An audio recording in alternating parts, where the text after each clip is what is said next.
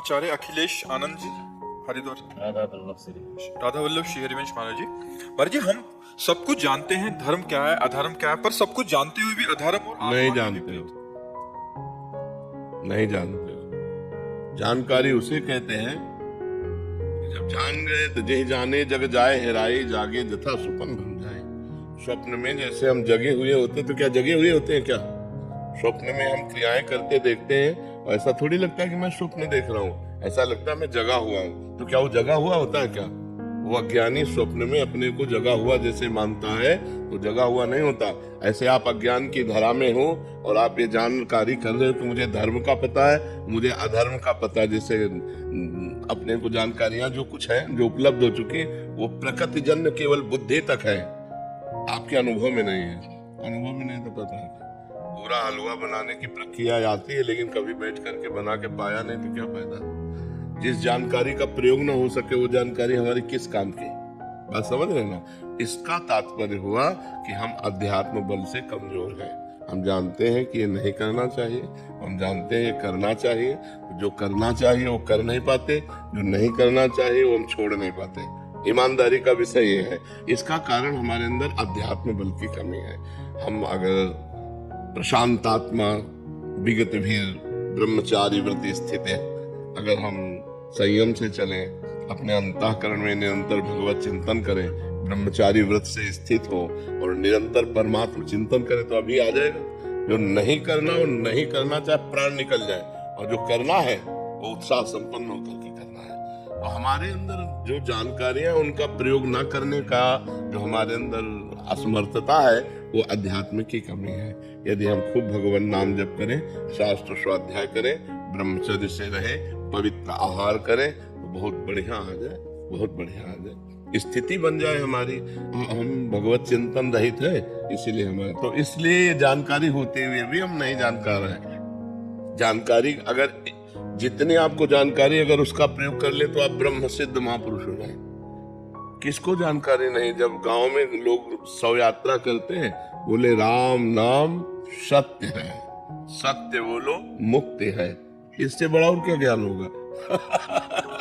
इस ज्ञान से बड़ा और क्या ज्ञान होगा कि पूरे त्रिभुवन में अगर सत्य है तो भगवान का नाम सत्य है, और भगवान का नाम बोलो तो मुक्ति है। लेकिन वो बीड़ी पीते हुए लौटते हैं, उनको कोई मतलब नहीं कि क्या गा रहे हैं। वो समझते हैं मरने वाले के साथ ये गाया जाता है, बस वो गीत गाते हैं, वो उसका भाव तो समझते नहीं है। इसलिए हमें सबको जानकारी है, अपने कल्याण भर के लिए सबको जानकारी है।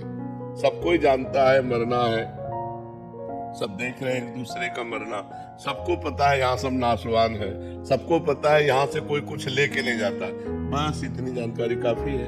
अगर हम परमार्थ में चल दें और इतनी जानकारी हमारी पक्की रहे, तो हम तो महात्मा बन जाए। लेकिन ये जानकारी ना जानकारी के अंतर्गत ही है। जैसे स्वप्न में जगा हुआ मानता हुआ भी वो सो रहा है, वो अपने को जगा हुआ मानता है, लेकिन जब जगेगा तो स्वप्न हट जाएगा। जगने की पहचान है, स्वप्न हट जाएगा। तो सच्ची जानकारी का मतलब है, धर्म की जानकारी का मतलब है, यही जाने जग जाए हेराई, जागे जथा स्वपन भ्रम जाई। जो जान गया तो उसके सामने से संसार ऐसे गायब हो जाता है जैसे स्वप्न का पूरा दृश्य जागने पर गायब हो जाता है। फिर दिखाई क्या देता है? सिय राम मैं सब जग जानी, करूं प्रणाम जोरी जुग पानी।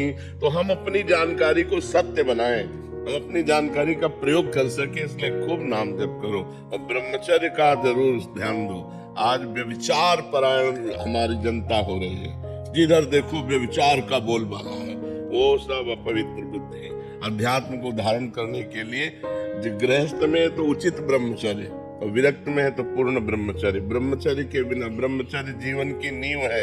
ये आजकल नए नए सब जितने बच्चे हैं ना, गर्लफ्रेंड बॉयफ्रेंड हस्तमैथुन ये वो सब नष्ट किए दे रहे हैं अपने आप को। ये क्या है? मनुष्य जीवन का उपहास कर रहे हो, देव दुर्लभ मनुष्य जीवन का उपहास कर रहे हो। बड़े भाग मानुष तन पावा, सुर दुर्लभ सद ग्रंथन गावा। साधन धाम मोक्ष कर द्वारा, पाई न जे परलोक संहारा, सो परत्र दुख पावई, सिर धुनि धुनि पछताए, काल ही कर्म ईश्वर मिथ्या दोष लगाए। इसलिए खूब नाम जप करो।